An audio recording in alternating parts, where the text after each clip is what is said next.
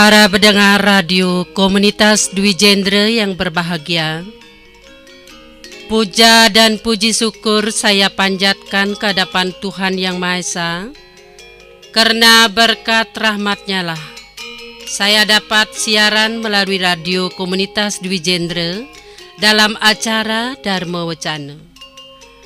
Pada kesempatan yang baik ini, saya Ibu Igusti Ayu Nyoman Kartika dari unit SMA Dwi Jendra akan mengisi Dharma Wacana yang berjudul Eksistensi Agama Hindu.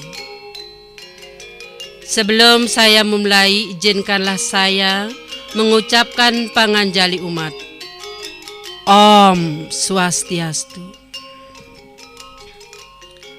Para pendengar radio komunitas Dwi Jendra yang berbahagia, agama Hindu berpangkal pada kitab suci Weda. Weda adalah kumpulan wahyu dari ide Sang Yang Widi, yaitu Tuhan Yang Maha Esa, yang diterima oleh para maharsi dahulu di India. Menurut penelitian para ahli, bahwa Weda telah berumur ribuan tahun dan diwahyukan antara 2500 sampai 1500 sebelum Masehi. Wahyu itu didengar oleh para maharsi atau saptarsi dalam suasana yoga semadi. Maka dari itulah Weda juga disebut Sruti. Weda mempunyai banyak tafsiran dan penjelasan yang disebut dengan Semerti. Baik Sruti maupun Semerti merupakan kitab suci yang tidak boleh diragukan kebenarannya dan menjadi sumber daripada Dharma atau agama Hindu. Mengenai hal ini, dalam Menawa Dharma Sastra, buku 2 atau bab 2, sloka 10, ada disebutkan sebagai berikut. Srastitu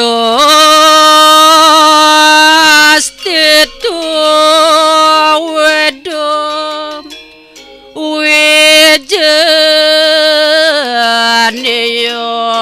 dharma sastra tuwae semerti Ate sarwabde swami mamamsi tabya madar mohi nirbabau. Artinya, sesungguhnya Sruti atau Wahyu adalah Weda. Demikian pula yang dimaksud dengan Semerti adalah Dharma sastranya. Kedua itu tidak boleh diragukan dalam hal apapun juga, karena keduanya adalah kitab suci yang menjadi sumber dari Dharma atau agama. Para pendengar radio komunitas Dwi Jendra yang berbahagia, keseluruhan Weda dihimpun menjadi 4 samhita, yaitu Rigveda Samhita, Samaveda Samhita, Yajur atau Yajurveda Samhita, dan Atharva Veda Samhita. Masing-masing samhita dikelompokkan lagi menjadi Brahmana, Aranyaka, dan Upanishad. Secara garis besarnya dan menurut isi Weda dapat dibagi 2, Karma Kanda dan Jnana Kanda. Karma Kanda membentangkan mengenai ritual atau etika, sedangkan Jnana Kanda membentangkan mengenai tatwa atau filsafat agama. Aspek filsafat dari Weda inilah yang sering disebut dengan Upanishad dan berbagai sistem filsafat Hindu seperti Nyaya, Vaisesika, Mimamsa, Vedanta, dan Yoga. Berdasarkan teorinya pada Jnana Kanda dari Weda. Weda juga memuat berbagai pengetahuan seperti siksa yang membahas tentang ponetika, Wiyakarana yang membahas tentang tata bahasa, canda, lagu, nirukta, sinonim dan antonim, Jyotisa, astronomi, dan kalpa adalah ritual. Ini semua disebut dengan Wedanga.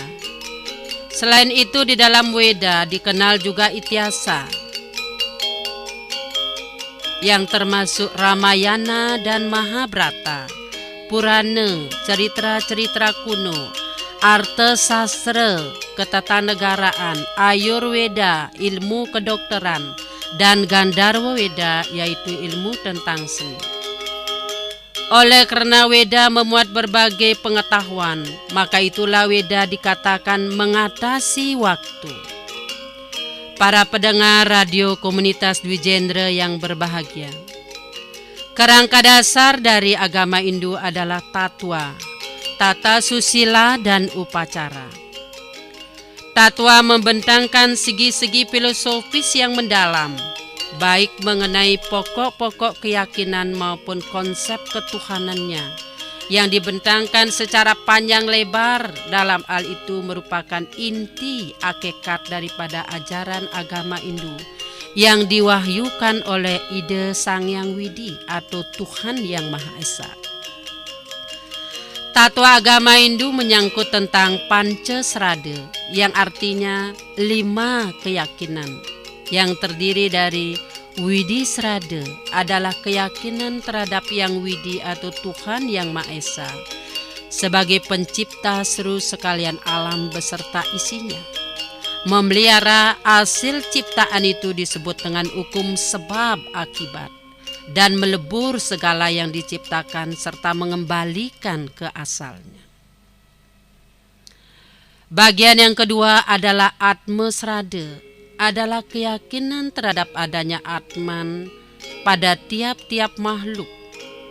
Yang ketiga adalah Karma Pala Srada, adalah keyakinan terhadap hukum karma pala, yang juga disebut dengan hukum sebab dan akibat. Yang keempat adalah Punarbawa Srada, adalah keyakinan terhadap adanya reinkarnasi atau kelahiran kembali setelah mati. Dan yang terakhir dari Pancasrada adalah Moksa, adalah keyakinan adanya moksa, yaitu keyakinan yang kekal abadi. Kebahagiaan yang kekal abadi sering juga disebut dengan suka tanpa wali duka atau Satchit Ananda. Jadi kesimpulannya, tatwa membentangkan hubungan manusia dengan Tuhan, hubungan manusia dengan sesama makhluk ciptaan Tuhan, dan hubungan manusia dengan lingkungan hidupnya. Kesemuanya itu diuraikan secara metafisis. Kerangka kedua dari agama Hindu adalah tata susila. Tata susila artinya aturan tingkah laku yang baik dan benar. Di dalam tata susila inilah dibentangkan secara panjang lebar mengenai benar dan salah, atau baik dan buruk di dalam manusia menempuh kehidupan ini. Pada prinsipnya, apa yang disebut benar adalah sesuatu yang dibenarkan oleh agama, dibenarkan oleh hukum yang berlaku di negara kita. Selain itu sesuai juga dengan desa kala patra, desa di mana kita berada. Kala waktu, patra adalah keadaan. Demikian pula mengenai apa yang disebut baik itu adalah sesuatu yang sesuai dengan ajaran agama, dan apa yang disebut buruk adalah sesuatu yang tidak sesuai dengan ajaran agama. Dalam pengetahuan diketahui ada 4 macam kebenaran, yaitu kebenaran indria, kebenaran ilmu, kebenaran filsafat, dan kebenaran agama. Di antara kebenaran itu, maka kebenaran agamalah yang merupakan kebenaran hakiki yang berdasarkan wahyu Tuhan, sabda suci daripada ide Sang Hyang Widiwasa, Tuhan Yang Maha Esa. Para pendengar radio komunitas Dwijendra yang berbahagia dimanapun berada, Yang kedua adalah tata susila penting bagi kehidupan manusia, beserta karena tata susila mengatur pola pikir serta tingkah laku manusia yang meliputi pikiran, perkataan, yang sering juga disebut dengan trikaya parisuda, yaitu 3 perilaku yang harus disucikan. Manusia di dalam menempuh kehidupan ini dipengaruhi oleh triguna, yaitu 3 sifat atau watak, yaitu satwam, sifat tenang, dan dharma. Raja sifat energik atau ekstrim, dan tamas sifat malas dan melempem. Apabila pada diri seseorang pengaruh satwam yang dominan, maka dia menjadi orang yang berwatak baik, jujur, soleh, sabar, menjunjung tinggi kebenaran, dan orang yang demikian disebut dengan satwika. Apabila pengaruh rajas yang dominan, maka ia menjadi orang berwatak ekstrim, dengki, pemarah, mudah tersinggung, dan sifat negatif lainnya. Orang yang demikian disebut dengan rajasika. Apabila pengaruh tamas yang dominan, maka ia menjadi berwatak malas, dungu, penidur, melempem, dan sejenisnya. Tata susila menuntun manusia agar manusia mengagungkan sifat satwam dalam kehidupan ini dan menekan sifat-sifat rajas dan tamas. Demikianlah tata susila agama Hindu mengajarkan agar menekankan sifat trimala, sadatetai, sadripu, sabtotimira, dan sifat negatif yang lainnya.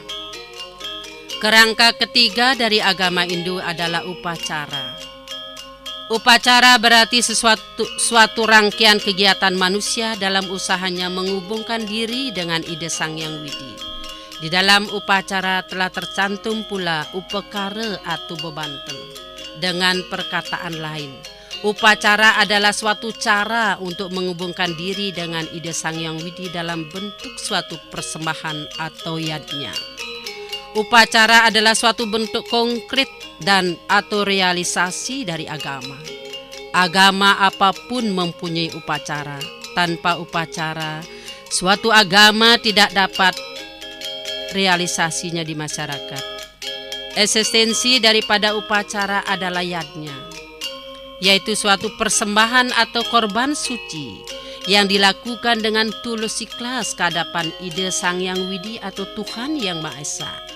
Dasar hukum daripada yadnya adalah rene, yaitu utang manusia atas kehidupan ini. Ada 3 jenis utang, yaitu yang disebut dengan trirene. Dewa rene adalah utang ke hadapan ide Sang Hyang Widi. Resi rene adalah utang ke hadapan para maharsi, dan pitra rene utang kepada roh leluhur.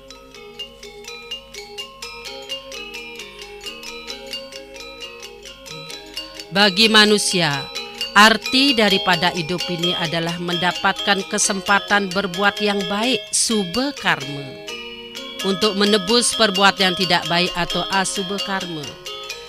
Pada masa yang dahulu, manusia dapat mengubah nasibnya dengan berkarma yang baik. Mengenai ini ada diungkapkan di dalam pustaka suci Sarasamusaya Sloka 9 sebagai Risa kueh ning sarwa buta iki jatmo wong juga wenang gumawayaken ikang suba asuba karma kuneng panetasaken ring suba karma juga ike asuba karma palaning dadi wong. Adapun berbagai jenis segala yang ada, hanya manusia inilah yang bisa berbuat baik dan buruk. Dan lagi perbuatan baik bisa dipakai menebus perbuatan yang tidak baik. Begitulah keuntungan menjadi manusia. Utang yang kedua adalah resi rene. Pengetahuan suci kepada para maharsi atas jasa-jasanya membimbing kita dalam menuntun rohani sesuai dengan ajaran agama Hindu. Sungguh sangat besar dan penting artinya tuntunan serta bimbingan para resi kepada umat Hindu di dalam mewujudkan cita-cita mulia, yaitu mencapai kebahagiaan duniawi dan kebahagiaan rohani sebagai disebut di dalam Weda dengan kalimat Maksartam jagadita yaca iti dharma. Tujuan dharma atau agama adalah untuk mencapai kesejahteraan jasmani dan ketentraman rohani, atau kebahagiaan di dunia atau kebahagiaan di akhirat, jagadita dan moksa. Selain memberikan bimbingan rohani, para maharsi juga memberikan suri teladan, sikap dan tingkah laku serta pola pikir di dalam hidup bermasyarakat. Maka itulah para resi atau pendeta di Bali disebut dengan guru loka, yang artinya pembimbing dalam kehidupan bermasyarakat. Selanjutnya mengenai Pitrarana. Pitrarana sebagai suatu utang jasa kepada leluhur adalah suatu pengakuan manusia bahwa manusia merasa wajib berterima kasih kepada leluhur atas jasa-jasanya mengadakan atau melahirkan kita. Para pendengar radio komunitas Dwijendra yang berbahagia, demikianlah uraian singkat tentang eksistensi agama Hindu. Mudah-mudahan ada manfaatnya dan mohon maaf apabila ada hal-hal yang tidak berkenan di hati para pendengar. Akhir kata, saya Ibu Gustiayu Nyoman Kartike undur diri dengan mengaturkan Parama Santi. Om Santi Santi Santi Om.